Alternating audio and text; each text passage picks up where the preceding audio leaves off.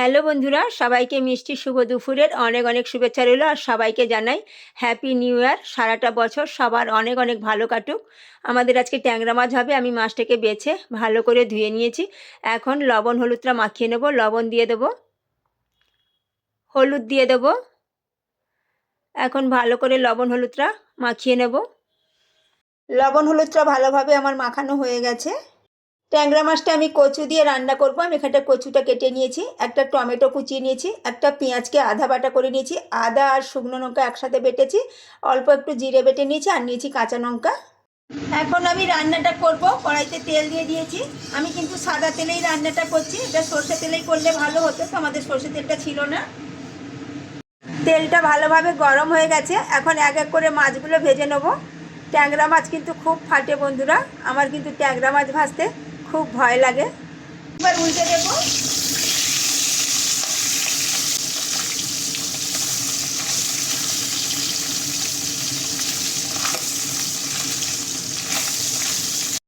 এই মাছগুলো ভাজা হয়ে গেছে, এখন আমি তুলে নেব।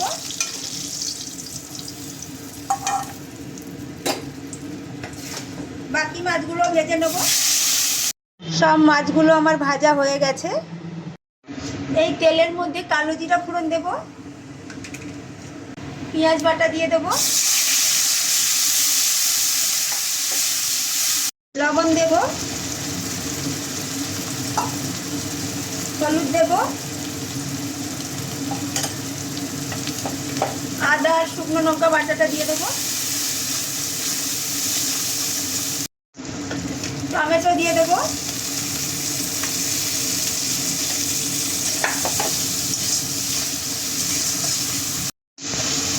কচুগুলো দিয়ে দেবো,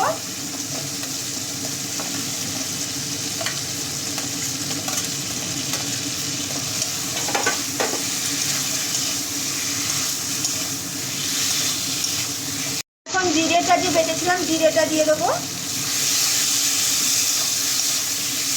যে থালাটায় মশলা বেটে রেখেছিলাম দিয়ে একটু জল দিয়ে দেবো।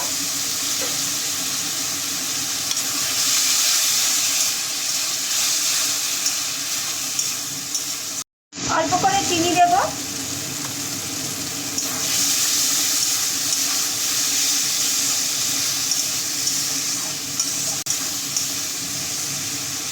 কাঁচা লঙ্কাটা দিয়ে দেবো।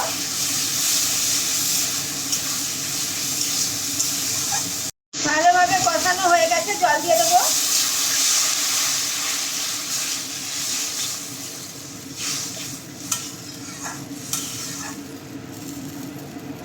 ভেজে রাখা মাছগুলো দিয়ে দেবো এখন।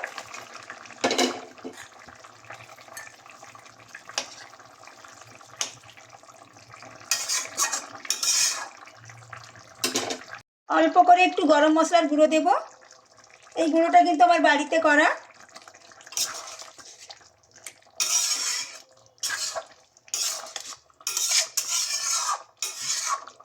এখন আমি নামিয়ে নেব।